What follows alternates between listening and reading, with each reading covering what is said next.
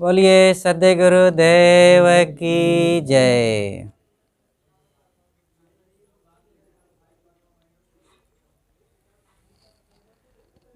उद्मंगलमय पूजनीय संत समाज, सत्संग प्रेमी धर्मानुरागी भक्त सज्जनों, भक्तिमयी श्रद्धा मूर्ति माताओं बहनों एवं प्यारे बच्चों, बहुत दिनों के बाद आप लोगों के बीच पुनः आना हुआ। सबसे मिल कर के मन को बड़ी प्रसन्नता हुई।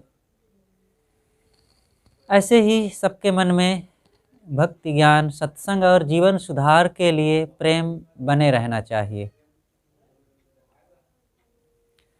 सद्गुरु कबीर साहब कहते हैं, रतन का जतन कर माड़ी का श्रृंगार,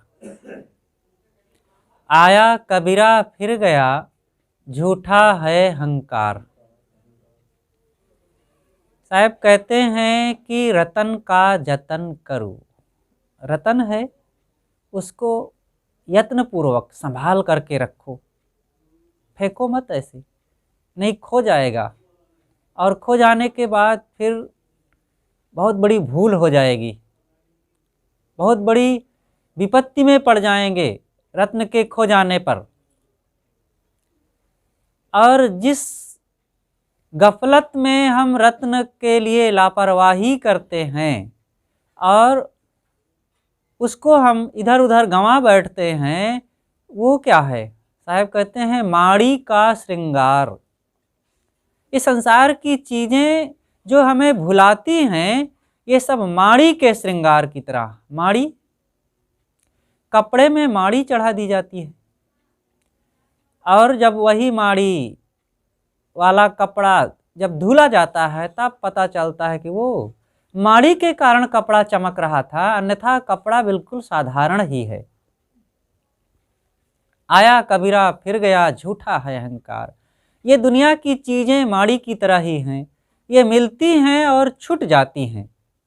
इनका अहंकार करना बिल्कुल बेकार की बात है। ये साखी का थोड़े में अर्थ हुआ, इसी पर थोड़ा सा और विचार करें।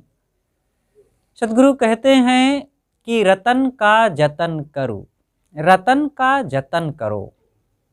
यहाँ कौन से रत्न हैं? यहाँ सोना चांदी हीरा मोती पन्ने पुखराज, ये जो 9 रत्न माने गए हैं, इनके बारे में नहीं कहा जाता। इसको तो सब लोग जतन पूर्वक रख ही लेते हैं।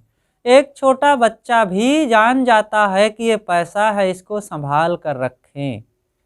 अनपढ़ व्यक्ति भी जान जाता है कि ये 100 की नोट है, ये 500 की नोट है।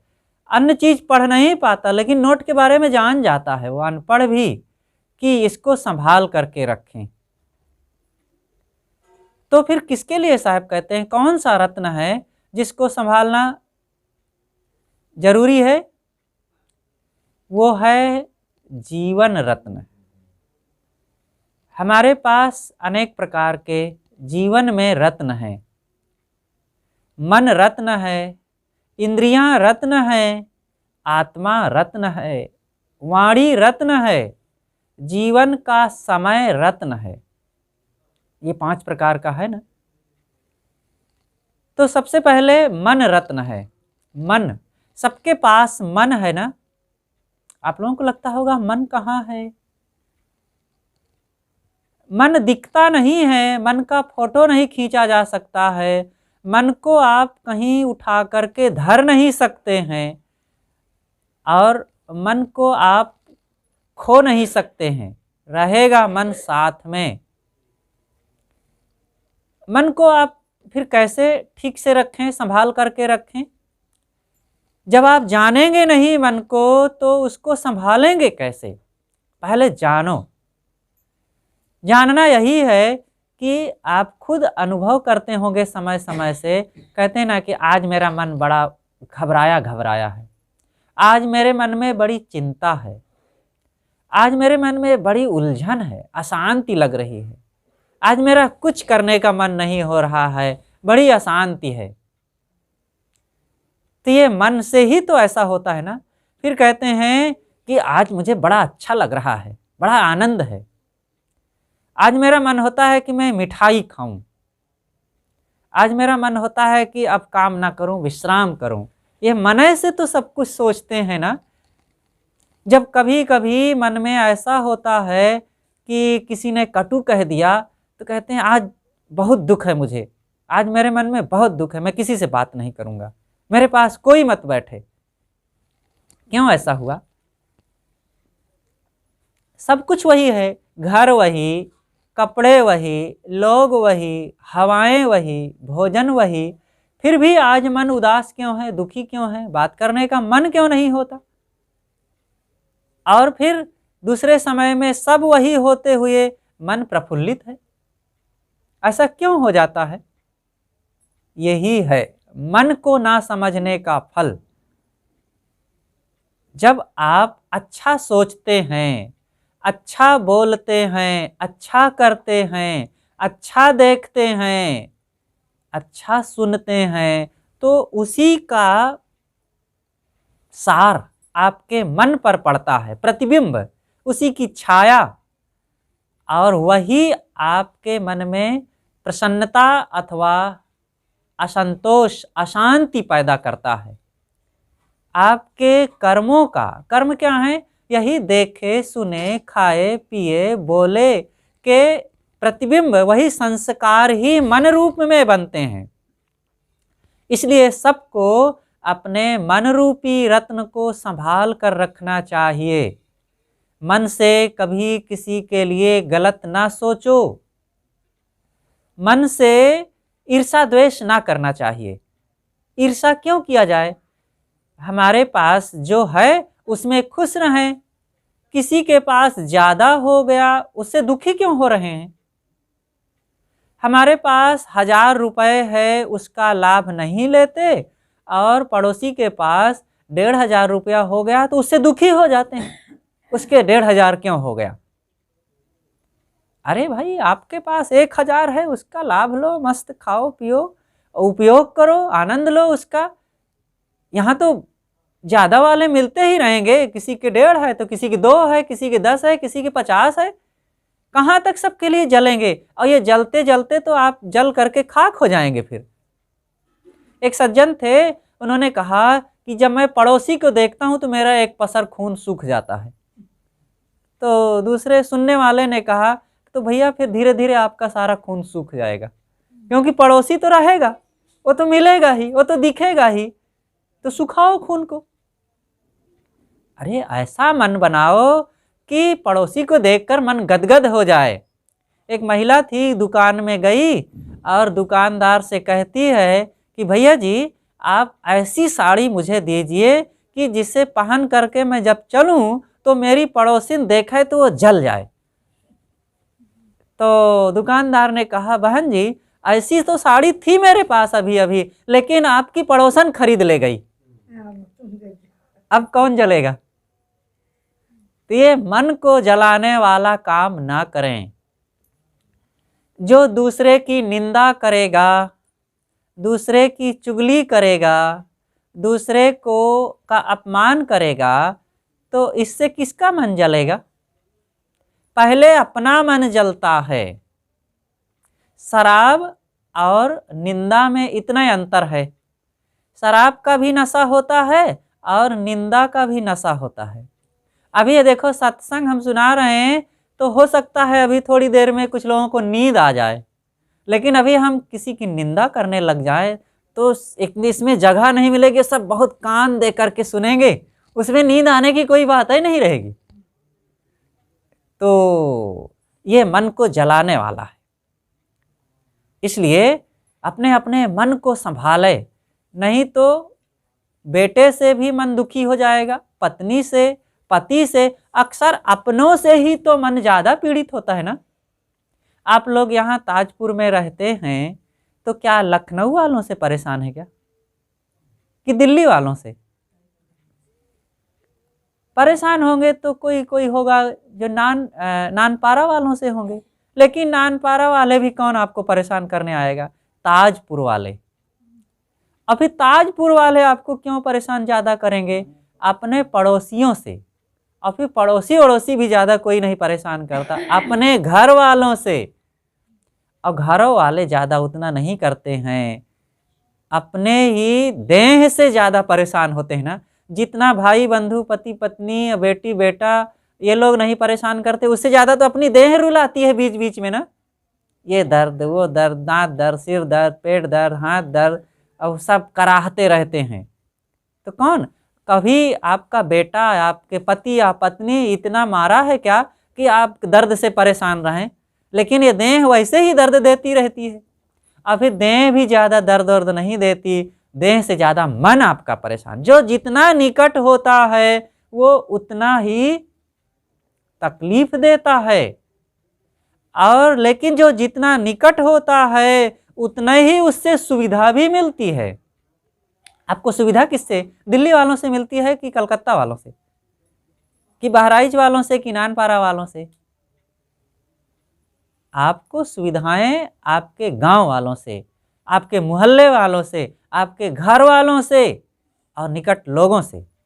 और फिर अपने शरीर से सुविधा मिलती है और अपने मन से सुविधा मिलती है। मन में अच्छे भाव रखो, अच्छे विचार रखो, अच्छी बात सुनो, अच्छे लोगों की संगत में रह करके अच्छा मनन चिंतन करो। देखो फिर आपके पास धन कम होगा तो भी आप खुश रहेंगे, आपके सहयोगी लोग कम होंगे तो भी आप खुश रहेंगे, आपका घर छोटा हो कोई बात नहीं, आपका मन अच्छा है ना, मन में अच्छे विचार है ना, आप सुखी रहेंगे। इसलिए सद्गुरु कहते हैं कि ये मन धन है आपका। हमारे गुरुदेव सद्गुरु श्री अभिलाष साहेब जी कहा करते थे कि जन ही धन है, धन धन नहीं है, जन धन है। लोग धन को जब धन मानते हैं तब जन को, जन मतलब बेटा, बहू, पत्नी, सास, देवरान, जेठान, ये सब जन हैं। और फिर इन लोगों को सम्मान नहीं मिलता, इनको फिर प्रेम नहीं मिलता, स्नेह नहीं मिलता, सुविधाएं नहीं मिलती हैं, इनको ठुकराया जाता है, इनका अनादर किया जाता है। फिर क्यों? क्योंकि धन को हम बड़ा मान लिए हैं, लोगों को बड़ा ना माने। धन लोगों के लिए है, न कि लोग धन के लिए। अब धन के लिए हम लोगों को अगर परेशान करते हैं तो मान लो कि फिर हम धन को महत्व दे रहे हैं, और धन को महत्व देना हमारी इंसानियत यहीं पर खत्म हो जाती है। लोगों को महत्व दें, घर में जो हैं अतिथियों को महत्व दें, माता पिता को महत्व दें, उनका सम्मान हो, बेटा बहू को प्यार मिले, सास का सम्मान हो और भाभी का सम्मान हो, ननंद को प्यार दीजिए। इस प्रकार से लोगों से प्रेम बढ़ना चाहिए आपका, न कि चीज़ों के लिए, आप रुपए के लिए, कपड़े के लिए, गहने के लिए लोगों को ताने मारते फिरें, कष्ट दें। जो माताएं बहनें अपने पतियों को गहने के लिए परेशान करती रहती हैं कि तुम्हारी कमाई में तो कुछ अटता ही नहीं, मेरी पड़ोसियों को और मेरी सहेलियों को देखो तो जेवरों से वे लदी रहती हैं, और तुम्हारी तो कमाई में सूखा पड़ा है, और एक गहना मेरे लिए ना बनवा सके। वो ताने मारती रहती हैं और कहती हैं कि तुम लाओ तो कुछ दे तो दो तो, और पतियों को मजबूर करती हैं कि वो जैसे भी लावें। जब आप मजबूर करेंगी उनको तो फिर वो ऊंच नीच कर्म करके धन लाएगा। आपको तो हाथ में, पैर में, नाक में, कान में सोने चांदी मिल जाएंगे, लेकिन वह दिन भी दूर नहीं है कि जब आपके हाथ और पैर में हथकड़ी और बेड़ी भी लग जाएगी, क्योंकि आपने उनको गलत करने के लिए अपने शौक श्रृंगार के कारण मजबूर किया है। एक ऐसे ग्वालिन रहे, ग्वाला जी। ग्वाला दूध बेचता था। उसकी पत्नी ने कहा कि इतने दिन हो गए तुम्हारे घर में आए, अब मेरे माता पिता भी कैसे तुम जैसे निखट्टू के यहाँ कुएं में मुझे फेंक गए, और तुम एक गहना भी मेरे लिए बनवा ना सके। कहा अरे भाई दूध बेचने दो, जब पैसा हो जाएगा तो बनवा दूंगा। कहा तुम्हारी कमाई में नहीं अटेगा, ऐसा करती हूँ कि अब मैं कुछ व्यवस्था करूँगी। तो क्या करती, वो 10 लीटर दूध होता था, अब 5 लीटर रोज वो पानी मिलाने लगी। अब कितना हो गया? 15 लीटर। अब 5 लीटर का पैसा अब वो रोज अलग करती जाती। 2 महीने बीत गए, काफ़ी पैसा हो गया। तब वो गई बहराइच और बढ़िया सुंदर एक नाक की, क्या कहते हैं, नथनी बनवाई। और खूब जब बनवा ली सोने की, अब पहनी, तब दर्पण में देखी तो खुश हो गई और पड़ोसियों के यहाँ घूम आई। तो बहुत मंगन रहा है कि अब दिखाऊं, कोई चीज़ दिखाने का बड़ा शौक होता है देवियों को। तो एक दिन की बात, बड़े नहर में नहाने गई, कई सहेलियां रहे, तो डुबकी लगाई तो एक बड़ी मछली आई। और एक बार तो देखी कि ये कोई चीज़ चमक रही, खाने की चीज़ होगी। तो उस समय तो दांव ना लगा। जब दोबारा डुबकी लगाई तो मछली आई और पकड़ी नथनी को और एक ही बार में खींच ले गई और नाक फट गई। अब खून खून हो गया। तब चिल्लाते हुए वो कहती है, बहनों, पानी का पैसा पानी में, नाक गई बेईमानी में। तो ये पानी का पैसा था, दूध में पानी मिला मिला करके उसने पैसा जोड़ा था और बनवाई आभूषण, और वो चली गई, नाक भी चली गई और वो चीज़ भी चली गई।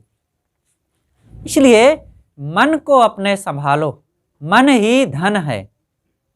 दूसरी बात है कि समय धन है। समय, ये हमारे जीवन का समय कितना अनमोल है ना, इसका बहुत संभल संभल करके उपयोग करो। लड़ाई झगड़े में, कलह कल्पना में, विवाद में और मोह में, क्रोध में, लोभ में इस समय का दुरुपयोग मत करो। आलस करके समय ना बिताओ, गप सड़ाका करके और एक दूसरे की चुगली निंदा करके जहाँ तहाँ बैठ करके समय बर्बाद मत करो।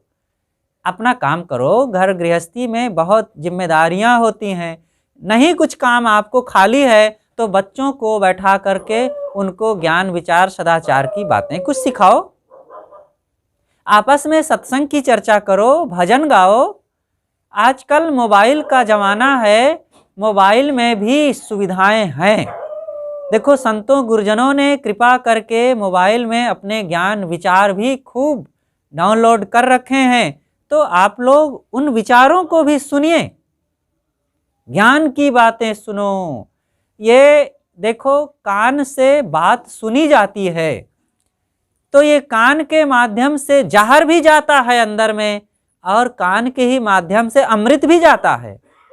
एक ऐसा जहर जाता है जिसको सुन लेने के बाद आदमी जीने के लिए लाचार हो जाता है और जीवन उसका महरूम हो जाता है और बहुत दुखी हो जाता है कि हाय, अब मेरी जिंदगी कैसे कटेगी।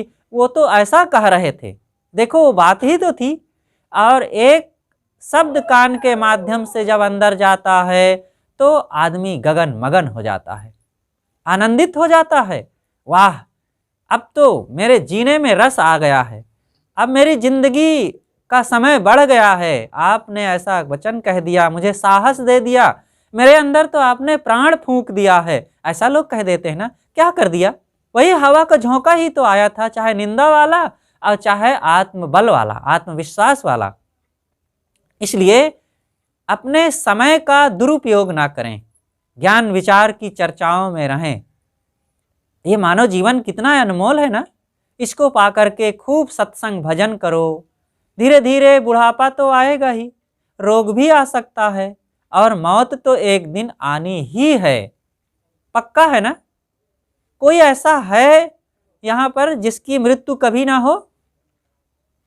आपके गांव में भी कोई ऐसा ना होगा जिसकी मृत्यु कभी ना हो। गांव नहीं, आपके जिले में, प्रदेश में, देश में और दुनिया में कोई एक व्यक्ति ऐसा नहीं है कि जिसकी मृत्यु कभी ना हो सके।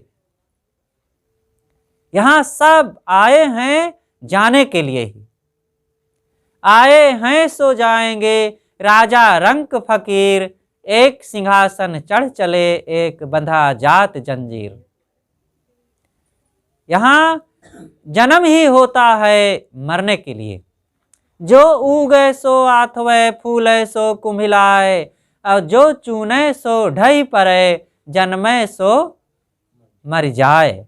जो उगता है वो अस्त हो जाता है। सूरज सूरज देखो रोज सुबह उगता है और धीरे धीरे दोपहर होती है, और दोपहर में बहुत तेज उसकी गर्मी और प्रकाश होता है। लेकिन वो इतना प्रचंड प्रकाश और गर्मी देने वाला भी शाम को अस्त हो जाता है, और वही समय होता है और एक काली निशा में रात बदल जाती है। देखो इतना तेज गर्मी देने वाला कि उधर कोई आंख उठाकर नहीं देख सकता, और आज वही आकाश सूर्य रहित हो गया। दिन में आंख उठाकर देखने की हिम्मत नहीं होती, और रात में वो इतना तपने चमकने और अपना प्रभाव दिखाने वाला कहाँ चला गया। ऐसा ही जीवन है। जो बड़े बड़े हुंकार मारने वाले लोग कहते थे कि मैं पूरी दुनिया को मुट्ठी में दबा करके रख दूंगा, और एक ने तो कहा कि मैं पैर जमीन में पटक दूं तो जमीन से पानी की पिचकारी निकलेगी, और उसकी जवानी में ही लकवा लग गया, घसीट के मर गए। कहाँ गया उनका बल, उनकी ताकत। एक ने कहा तो मैं लाठी मारूं तो पेड़ ही संभाल सकता है, कोई मनुष्य नहीं। लेकिन थोड़े ही दिनों में रोगी होकर के वो भी चले गए। ऐसे बड़े बड़े राजे महाराजे आए और क्या क्या किए, पाप अपराध लूट फूंक मार काट निरपराधों को किए, और वो भी चले गए, मक्खी की तरह मर गए, सड़ गए, कोई उनका नाम लेवा ना रहा ना। इसलिए जीवन में समय की कीमत है, और इस समय में आपको क्या करना चाहिए ये स्वयं चुनाव करें। यदुपते क्वागता मथुरापुरी, रघुपते क्वागतोत्तर कौशला, इत विचिंत मनः कुरु सुस्थिरम नसदिदम जगदित्यव धारे। महाराज श्री कृष्ण के द्वारिका और मथुरा का ऐश्वर्य कहाँ गया? आज जाकर के मथुरा में पता लगा लो, कहीं मिलेंगे महाराज श्री कृष्ण? और द्वारिका में भी मथुरा में भी कहीं नहीं मिलेंगे। और रघुपते क्वागतोत्तर कौशला, रघुपति महाराज श्री राम उत्तर कौशल अयोध्या में जाकर के पता लगा लो कि महाराज श्री राम का कोई चिन्ह है। आज लोग दावा करते हैं कि यही राम जन्मभूमि है, क्या पता है। अभी 100 साल नहीं बीते हैं, ज़्यादा से ज़्यादा 100-125 साल हो गए, जवाहरलाल नेहरू इलाहाबाद में जन्मे हैं, और दिल्ली से उनके मृत्यु के बाद वहाँ की वर्तमान सरकार ने सूचना भेजा कि जवाहरलाल नेहरू का पता लगाओ कि कहाँ वे जन्मे हैं, वहाँ स्मारक बनाया जाएगा। पता नहीं चला कि वे कहाँ जन्मे हैं। अब आज प्राक इतिहास काल में कभी श्री राम का जन्म हुआ, कहाँ हुआ? अब लोग कहते नहीं यहीं पर हुआ, और उसी के लिए मरते मिटते हैं। अरे कुछ करना है, बनवाना है, बनवाओ, अच्छी बात है, लेकिन ये चीजें कुछ यहाँ रह नहीं जाती हैं। काल सबको पोंछ करके रख देता है। हमारा क्या रहेगा यहाँ पर? हम जो थोड़ी सी जमीन, थोड़ी सी चीज, थोड़े से रुपए, थोड़ी सी ताकत है हमारे पास, इसका हम दुरुपयोग ना करें। विवाद कलह, लड़ाई झगड़ा, गाली गलौज, मारकूट और हिंसा हत्या में, अरे जो थोड़ा सा समय है इसको हम जीवन का व्यवहार करें, फिर उसमें से समय निकाल करके परिवार के लोगों को सद्विचार सिखावें, बाल बच्चों को ज्ञान विचार की चर्चा करें, प्रेम से हंसें बोलें, और फिर ज्ञान के ग्रंथ पढ़ें। समय समय से संतों में जाकर के भजन सत्संग और चिंतन मनन की कला सीखें। ये जीवन हमें मिला हुआ है शांति प्राप्त करने के लिए, पूरी तरह से दुखों से मुक्त हो जाने के लिए। कब मुक्त होंगे? इसको तो विषय भोगों में, लड़ाई झगड़े में, और बस रुपए पैसे घर जमीन बटोरने में, और बाल बच्चों के लिए नून तेल लकड़ी के चक्कर में ही हम भाग दौड़ करते रहे, और यही करते करते जवानी आ गई, और जवानी भी जाने में देरी नहीं लगती, बुढ़ापा आ गया और चल बसे यहाँ से। आए थे यहाँ हरि भजन को ओटन लगे कपास। कोई व्यक्ति इतना कीमती जीवन पाया, आपको कोई एक स्पेशल फॉर्च्यूनर गाड़ी दे और आप उस गाड़ी से घास छील छील करके ढोवें, और गांव को की सफाई करके कूड़ा कचरा उसमें भर करके ढोवें, तो ये गाड़ी का सम्मान हुआ? सम्मान तो ना हुआ ना। गाड़ी देने वाला कभी खुश होगा इससे? नहीं खुश होगा। एक राजा था, राजा अपना जन्म दिवस मना रहा था और जन्मदिन पर लोगों को बहुत उपहार बांट रहा था। उसके सारे कर्मचारी आए, बहुत उपहार ले गए, दिन भर वो प्रोग्राम चलता रहा। उसको चिंता हो रही थी कि मेरा एक कर्मचारी अभी तक न आया, जो सफाई विभाग का कर्मचारी था। तो उसकी पत्नी ने कहा, जो कर्मचारी मेहतर था, सफाई करता था, उसकी पत्नी ने कहा, देखो राजा आज बहुत उपहार बांट रहे हैं, जाओ तुम भी कुछ। कहा, अरे राजा हमको क्या देगा, हम गरीब आदमी हैं, हमें वो क्या देगा, क्या जाना, वहाँ तो बड़े बड़ों का आदर होता है, हमें कौन पूछेगा। पत्नी ने कहा कि नहीं, ऐसा मत सोचो, नकारात्मक मत सोचो, जाओ, राजा जरूर कुछ देंगे। बहुत ठेलने पर फिर वो गया शाम तक किसी तरह से। राजा ने कहा कि अरे तुम अब आए, तुम्हारी मैं प्रतीक्षा कर रहा था, लेकिन चलो कोई बात नहीं, आए तो कम से कम। राजा ने एक सोने की थाल में बड़ा सा बर्तन और उसमें काजू किशमिश मेवे मिष्ठान भर करके उस कर्मचारी को दिया और कहा कि ले जाओ इसे और इसे तुम सुखी हो जाओगे। वो अपना मुंह बनाते हुए थाल को ले करके आया और पत्नी के सामने रखते हुए कहा कि लो, यही दिए हैं, ये ठो परात और इसमें काजू किशमिश थोड़ा सा चबैना। अरे हमें चावल दाल दे देते, आटा दे देते 10-5 किलो, तो कुछ दिन काम हो जाता, हमारा गुजर होता। अरे चबैना थोड़ा दिए हैं, 2 दिन भी नहीं चलेगा, और उसको तो 2 दिन में खा गए। अब वो थाल को नहीं समझ पाए, सोचे कि राजा ने सोचा होगा कि लोहे के तसले में रोज ये नाली का कचरा फेंकता है, चलो हम इस पीतल के थाल दे दें तो इसमें ये फेंकेगा, उसमें जंक लग जाता है। तो अब वो क्या करता, उसी सोने के थाल में अब वो रोज साफ करके वहाँ का कचरा और भर करके धूल गर्दा सब्जियों का छिलका और नाली का कोई कचरा अब ले जाता था, डस्टबिन में डालता था।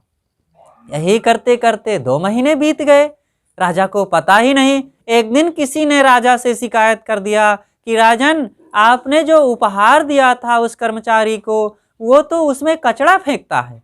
राजा ने कहा, ऐसा? बुलाओ। जब बुलाया गया तो उससे कहा गया कि जो मैंने तुम्हें बर्तन दिया था उससे धो करके लाना। तो लाया और राजा ने चुपचाप धर लिया, कहे जाओ। लोहे का तसला दे दिया। कहा कि मूर्ख नासमझ कहीं का, अरे मैं सोने का तसला तुझे दिया था, इसको बेच करके तू धनवान हो सकता था, खाने पीने रहने बसने पहनने ओढ़ने सब की व्यवस्था इससे हो सकती थी, और तूने इसकी इज्जत न समझा, तू कचरा इसमें फेंकता रहा। हम लोगों की भी यही जिंदगी की हाल है। इतना बढ़िया हमें जीवन मिला, मनुष्य शरीर। ये सोचो हम गाय बैल भैंस घोड़े कुत्ते बकरा होते तब क्या कर पाते? वही जहाँ तहाँ बंधे होते, भूखे प्यासे पड़े होते, और लोग पकड़ करके काट फाड़ डालते ना, और ठंडी गर्मी भूख प्यास। अब मनुष्य शरीर है, यहाँ तो हर सुविधा है, कपड़े पहन लो ठंडी निवारण हो जाएगी, मकान के अंदर रहो वर्षा से रक्षा हो जाएगी, और सब लोगों का प्यार स्नेह मिल रहा है, और जमीन है, धन है, घर है, बैंक बैलेंस है, और कपड़े गद्दा बिछा लो, तकिया लगा लो, मच्छरदानी लगा लो। पशुओं की क्या सुविधा है? और इतनी सुविधा, इतना सम्मान, इतना प्रेम और इतना आनंद की जिंदगी पा करके भी इसको हम तंबाकू खाने में बिता रहे हैं, शराब पीने में नष्ट कर रहे हैं, और लड़ाई झगड़े निंदा चुगली मान अपमान दूसरों का कर रहे हैं, इसी में बर्बाद कर रहे हैं जीवन के समय को। भजन भक्ति ना किए और आत्म शांति का काम ना किए, संतों गुरुजनों के पास जा करके भजन पाठ पूजा सत्संग ना किए, और अपने को ना पहचाने। हम ये चाम मांस के हड्डी के आकार नहीं हैं। ये सब जितने नर नारी बैठे हैं, सबके अंदर आत्मा रूपी परमात्मा बैठा है, दिव्य परमात्मा। सबका सम्मान, सबका आदर होना चाहिए। और आप ये स्त्री पुरुष नहीं हैं, और ये बूढ़ा बूढ़ी हो करके और सुंदर सुंदरी हो करके इस शरीर के पीछे बावले बनने के लिए नहीं मानव जीवन पाए हैं। ये शरीर मिला है आत्म कल्याण भजन करने के लिए, पूर्ण प्रसन्नता से जीवन का आनंद लूटने के लिए। और ये संयम सदाचार सद्कर्मों से ये काम हो सकता है। इसलिए ये समय की कीमत समझें। और इंद्रियां, आपके पास 5 इंद्रियां हैं ना, आंख, नाक, कान, जीभ, चाम, ये 5 ज्ञान इंद्रियां मिली हैं। इसका संयम से उपयोग करो, गलत ना खाओ। खाने के लिए जीभ मिली है, देखो तो जीभ के स्वाद में पड़ करके लोग अंडा खाते हैं, मांस खाते हैं, शराब पीते हैं, गांजा भांग बीड़ी सिगरेट तंबाकू खाते हैं। अरे इससे क्या लाभ मिलेगा? इससे तो नुकसान हो रहा है। आप रोगी भी बन रहे हैं, पैसा भी नष्ट हो रहा, बच्चे भी बर्बाद हो रहे हैं और सब प्रकार से कंगाली ही तो आ रही है। इसलिए दुरुपयोग ना करें। इसी प्रकार गलत ना देखो, नाच तमाशे में समय ना बर्बाद करो, मन खराब होगा। और गलत निंदा चुगली की बातें ना सुनो, लड़ाई झगड़ा ना करो। इस प्रकार से साधन भजन में मन को लगाओ। तो ये इंद्रियां हमें रत्न के रूप में मिली हैं, तो इनका सदुपयोग हम करें। साहब कहते हैं, आया कबीरा फिर गया झूठा है अहंकार, रतन का जतन करो माड़ी का श्रृंगार। आया कबीरा फिर गया झूठा है अहंकार, ये माड़ी का श्रृंगार है। ये संसार की चीजें जिसमें दीवाने हो, रात दिन लोभ मोह में फंस रहे हो, अपने समय सत्संग भजन को छोड़ करके इन्हीं में मन को फंसाए रखे हो, ये सब माड़ी की तरह है। देखते नहीं दादा बाबा परपाजा लोगों का सब छूट गया कि नहीं? हमारे साथ ये सब चीजें, ये घर धन दौलत कब तक रहेंगी? इसलिए इसमें मोह मत करो, काम करो अपना, वो है भक्ति भजन का काम। साहब कहते हैं ये सब आएंगी और छूट जाएंगी। हमारे भी छूट रही। देखो बचपना छूट गया, आप अपने बचपने को खोजने जाओ सोटा डंडा लेकर के, कहाँ मिलेगा बचपना? ये सब बीत जाएगा 4 दिन में। देखो ये यहाँ सब कुछ बदल जाएगा।